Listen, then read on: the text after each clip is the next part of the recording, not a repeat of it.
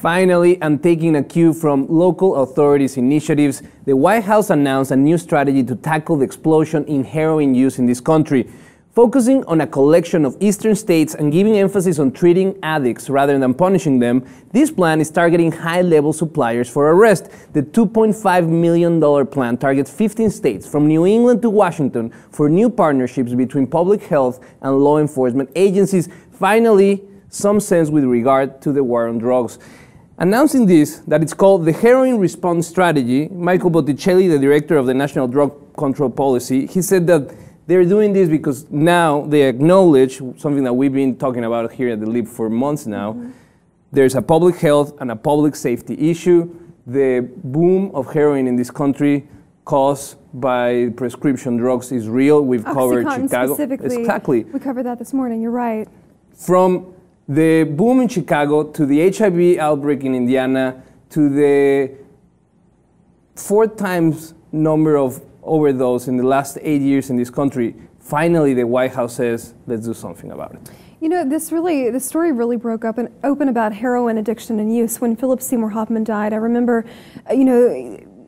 analysts were speculating, and even one person said, Philip Seymour Hoffman said, I am a heroin addict, and people were really, they were made more aware about this issue. But you're absolutely right, this is a major systemic problem. It's not exclusive to one part of the country, it's everywhere. I know in Kentucky, we have something called hillbilly heroin. Oxycontin use is off the charts. We talked about that this morning. And frankly, it's good to see the White House take some initiative on this, but what can they do? We're talking about personal choice here. Are we gonna just continue to lock people up? I mean, what can you do? And that's exactly what they're trying to do differently. The Obama administration will work with local law enforcement to increase access to treatment. They really want to focus on treatment of the drug addicts. Really, also something that they really want to do is better mapping of the trafficking routes, so they can actually go for the big guys that are moving, the big amount of drugs, instead of going for the low level. They need to start with the opium plants that arguably, some would say, and I have heard this, that the U.S. might have been guarding during the war, the occupation of Afghanistan. We need to start at the source. Poppy seeds is a big problem. Honestly,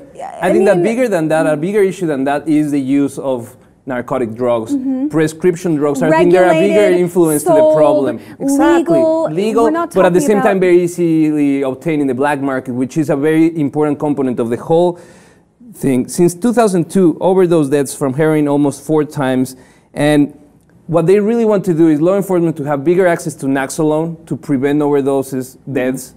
They're also trying to treat first responders in a better way. So we see more sense, less feeding of this private prison system that if you're decriminalization of heroin is where this starts for me, because it actually is a health concern, a health problem.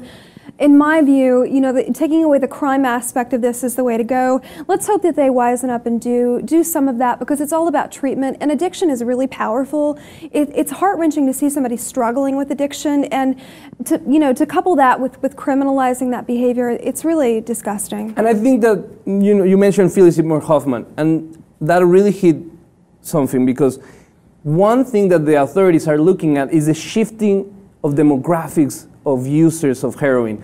In the past, poor black communities were associated with heroin. Wealthy white women, it's wealthy. Now we're shifting to completely different young people. Check this out, from people aged 18 to 25 in the past decade, the users have more than doubled. And the white demographics triple sometimes. Perhaps it's a pervasive issue across communities. We just have more data on the shift.